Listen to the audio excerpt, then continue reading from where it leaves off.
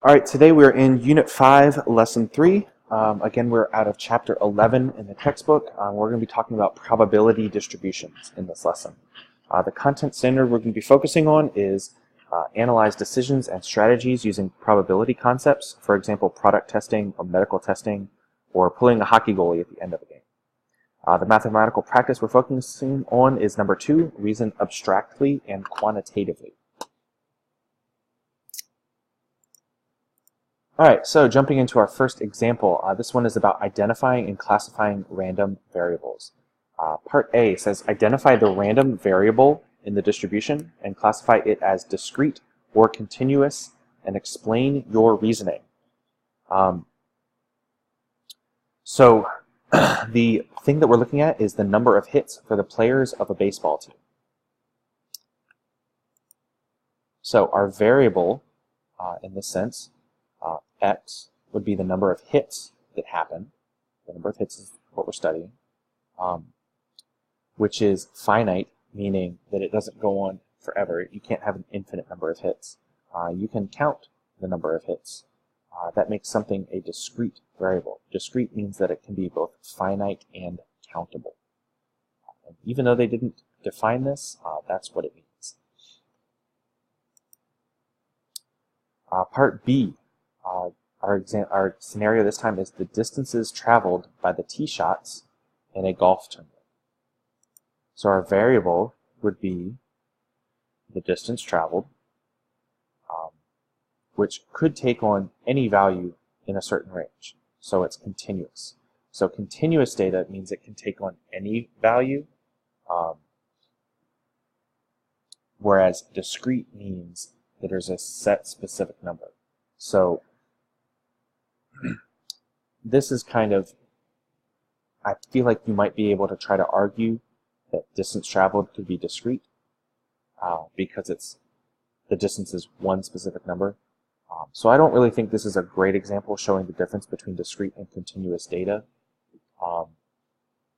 There's a much better explanation in the AP Statistics course, which is that discrete data comes from basically a table where they're telling you the value, and a continuous piece of data comes from a graph where you have to read the values over a set range of maybe a bar graph or a histogram or something like that.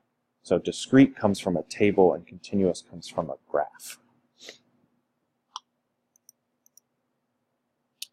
Here's our real-world example 1. Go ahead and read through the scenario, pause the video as you figure out your answer, and we'll see the answer on the next slide. So our answer here is B, discrete. The variable is the number of automobiles that are sold, and this is discrete because it's finite. They're sold a certain number of automobiles, and it's countable. You can count how many number of automobiles that were sold. Here we have a key concept on a probability distribution. A probability distribution, first point, can be determined theoretically, in theory what it should be, or experimentally by actually calculating numbers. Second point is that a probability distribution can be either discrete or continuous. Discrete meaning it would be displayed in a table, continuous meaning it would be displayed in a graph. The third point, the probability of each value of x must be at least 0 and not greater than 1. All probabilities have to be between 0 and 1. And the final point is that the sum of all the probabilities for all the possible events has to sum up to 1. So heading into example 2, doing a theoretical probability distribution. Part A says x represents the sum of 2 cards drawn from a stack of cards numbered 1 through 8 with replacement. So you draw a card, you look at the number, you put it back in, you draw another card. We need to construct a relative frequency table.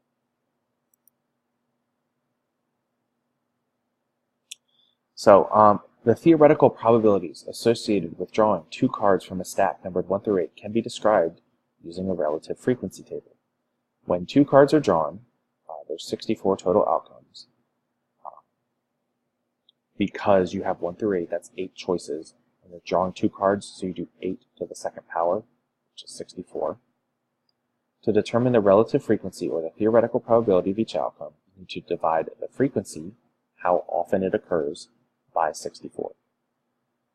So, for example, if you had the lowest possible sum of two cards would be if you drew a 1 and then you drew a 1 again. So the sum will be 2. How often is that possible? You take 2 and you divide it by 64. So out of 64 events, 2 of them would be a sum of 2. You could have a 1 and a 1, or you could have a 1 and a 1. That's the 2 possibilities.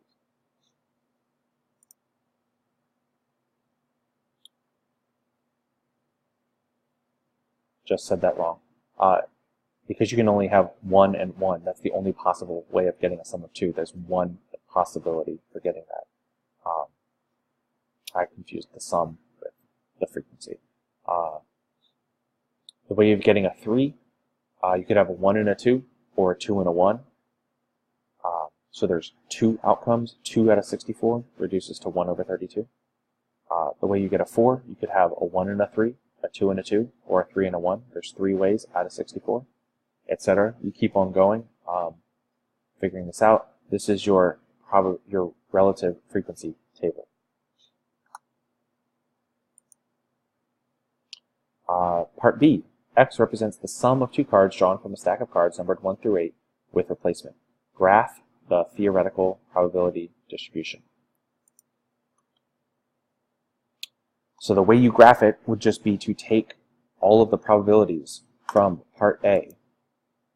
Let's look at these again. All of these things, we're going to have a bar graph for each of these different categories of sums 2 all the way up through 16. And we're going to make a bar graph showing how high it is based off a frequency. So 1 out of 64, divide 1 by 64 in your calculator, see what decimal value that is. Divide 1 by 32, etc., all the way up until you get to 1 out of 8, which is the highest. So we can see the sum of 9, 1 out of 8 is the highest, it's 0.125. And then you can see it's a symmetric distribution on each side. It falls off at the same height on each side. The graph shows the probability distribution for the sum of values on 2 dice X. That's not dice, they're cards, 1 through 8. The bars are separated on the graph because the distribution is discrete, and there's no other values possible. There's no way you can get a sum of 6.5 or 6.3, etc. So you separate bars on discrete data. If they are together, like a histogram, if all the bars are touching, that is continuous data. Each unique outcome of X is indicated on the horizontal axis. Each outcome, whether it's a sum of 2 all the way up to a sum of 16, and the probability of each outcome occurring, the probability of X, is indicated on the vertical axis. The probability, the highest that they show is 0.14, the lowest is 0. Obviously the highest that we had was 1 out of 8, which is 0.125. The lowest we had was 1 out of 64. 1 out of 64, if you divide that, you get 0.015. So you can see that we're below 0.02. Okay, example 2, check your progress. Go ahead and read through the scenario. Pause the video when you have your answer. Go on to the next slide.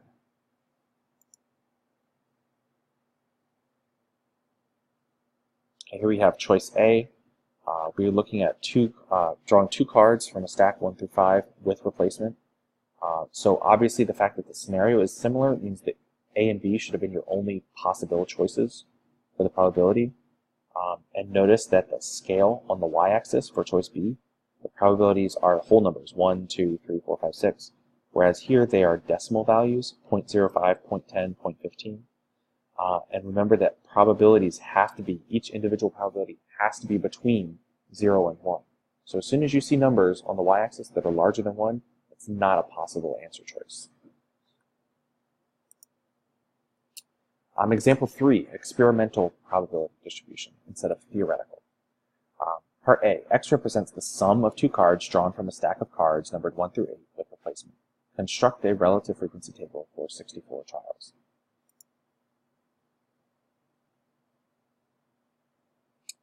So this time, because it's experimental, they want you to actually do this.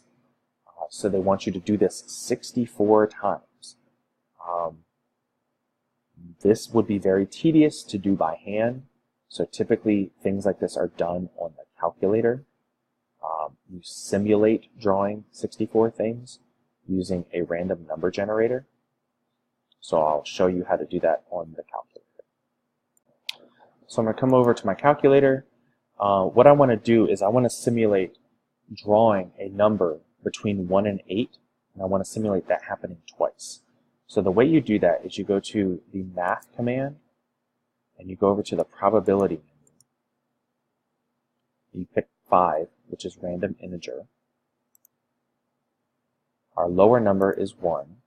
Our upper number is 8. We're choosing 2 of them. We're going to go paste this command into the main screen. So random integer between 1 and 8, we're going to pick 2 of them. And we want to find the sum of those 2 numbers. So before this command, I'm going to go all the way back to the beginning, we need to include the command for sum. So I'm going to hit insert that command. So we hit second insert. And now to pull up the sum command, you go to second stat. And then you go to the operations menu. I'm going to look for, nope, it's in the math menu. Over in the math menu, we're going to look for sum for 5. So this tells me I'm going to take the sum of a random integer between 1 and 8, and I'm taking 2 of them. Go ahead and hit enter. So the first one we had, it was 7.